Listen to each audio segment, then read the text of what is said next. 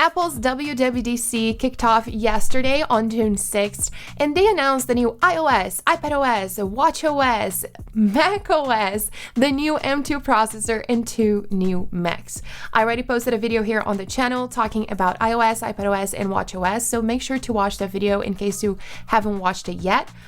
But right now, we're going to talk about the new MacBooks and the new M2 processor. Before we get started with the video, don't forget to give me a thumbs up if you enjoy Apple content and subscribe to the channel if you haven't subscribed yet. So let's start off with the M2 processor, which is a successor to the M1. It was made using the 5nm technology. It does have 20 billion transistors. It is a lot faster and more efficient than the M1. And Apple said that it has 18% faster CPU performance than the previous generation and 35% faster graphics performance than the M1. So if you're curious and you're wondering if the M2 processor is better than the M1 Pro, M1 Max, and M1 Ultra processor, it isn't. So this will be in between the M1 and the M1 Pro. Right after the M2 announcement, Apple announced the new MacBook Air, powered, of course, by the M2 processor. And it was mind-blowing. First, this new MacBook Air has a completely new design with MagSafe, 2 Thunderbolt ports, the headphone jack, and it has a Liquid Retina 13.6-inch display. This is a little bit bigger than the previous generation because it has thinner bezels and the notch. The display is also 25% brighter with 500 nits. It has a 1080p FaceTime camera, 3 mic array, 4-speaker sound system with spatial audio, and it is available in 4 different finishes: silver, gold, space gray, and the new midnight, which is extremely pretty. If I decide to purchase this new MacBook Air, which I'm eager to, I will be purchasing the midnight version. The new MacBook Air is light. It weighs only 2.7 pounds. It is thin and faster because it has the amazing performance from the M2 processor. Something nice is that it does not have a fan, so it is a silent computer, and it is 1.4 times faster than the previous model. Talking about battery life, it stayed pretty much the same, so it has up to 18 hours battery life, but Apple released a new power adapter that has 2 USB-C ports, and it charges the MacBook Air 50% in 30 minutes, which is great. Now let's talk about the new MacBook Pro. I'm gonna be honest, there's not a lot to say here.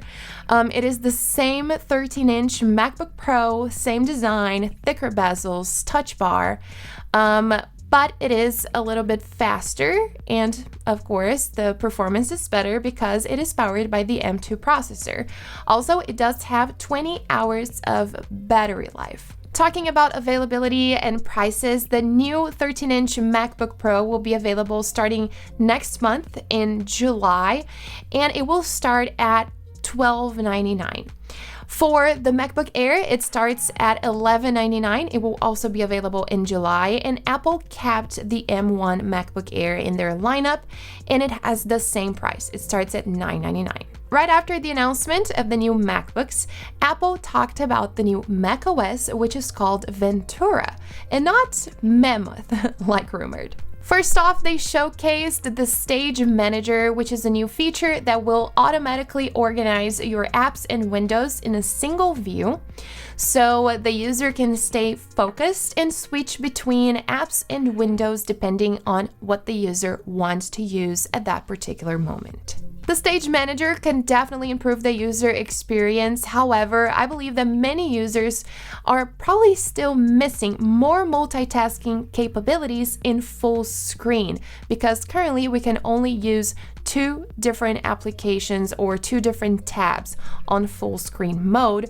without the help of extra programs. Apple also announced other features like the improved spotlight. Handoff is finally coming to FaceTime, so you can move your FaceTime call from your iPhone to your Mac seamlessly.